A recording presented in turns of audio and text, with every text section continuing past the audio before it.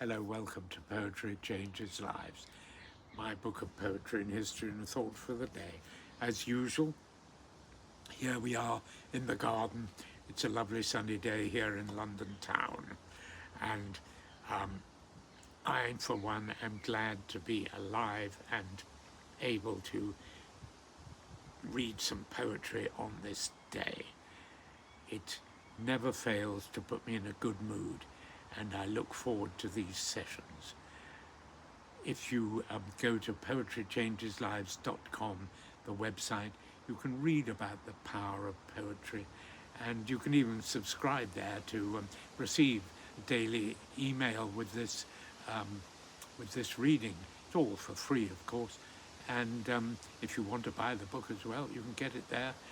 And there we are on this day in 1925, the African American civil rights activist Malcolm X was born. Someone I greatly admire, actually, Malcolm X. His family name was Little, but he called himself Malcolm X to symbolize the loss of his true African name and identity when his ancestors were taken into slavery, like so many. And it's a very poignant, it really makes you think when you realize that's why he called himself Malcolm X. It must be horrible to have had your identity stripped from you by some brutal slave trader. Well, Malcolm X converted to Islam and joined the Nation of Islam movement in the United States. And they aggregated segregation and violence to achieve their ends.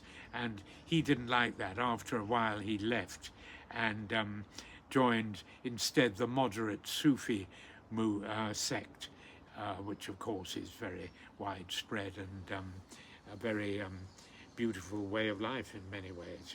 However, his acrimonious falling out with the Nation of Islam, they viewed him as a traitor when he left them.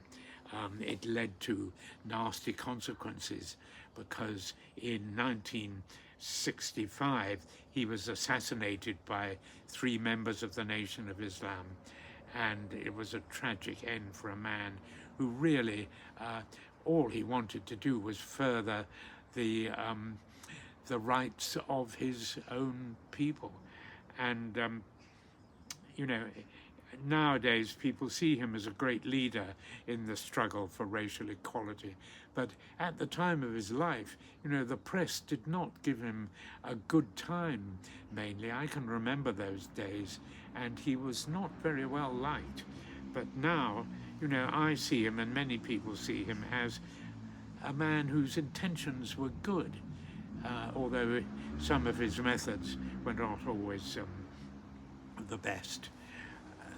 There we are. I'm going to read a poem today by A.E. Housman, a man who, like Malcolm X, had a lot of inner turmoil.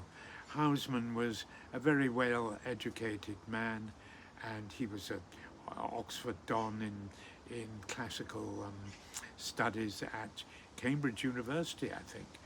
And he had a lot of turmoil inside going on about his own sexuality and his how he kind of lived his life. And I think in many ways he sort of saw the living in the past as a refuge, but nevertheless he struggled bravely on, and his poetry is always very, very honest about his feelings, I find.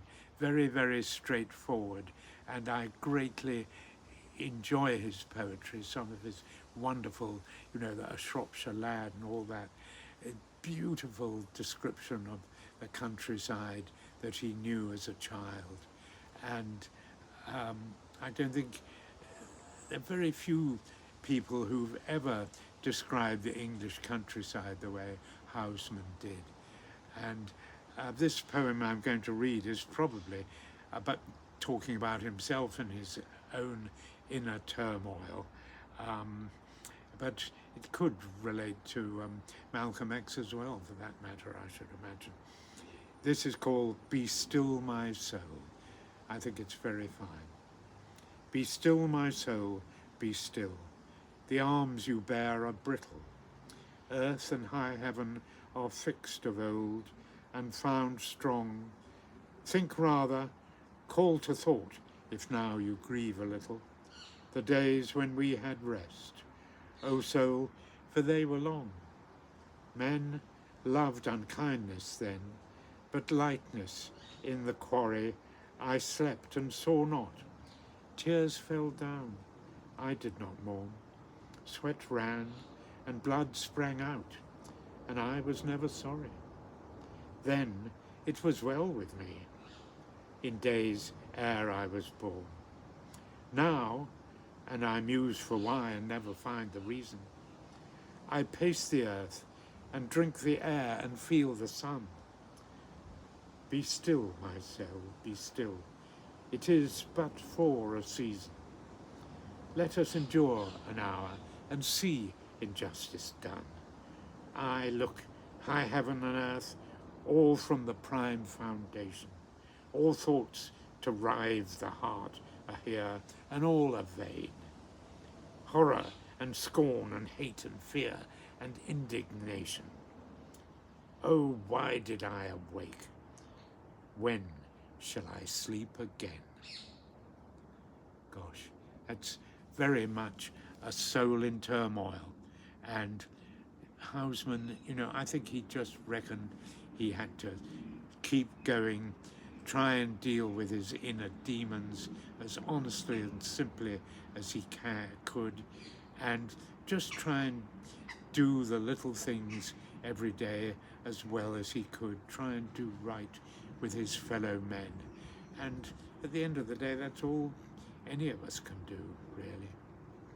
Today, I will remember that all men are created equal, and that we must just learn to try and get on with each other and focus on the little things on a daily basis. I wish you all a good day. Thank you for listening today.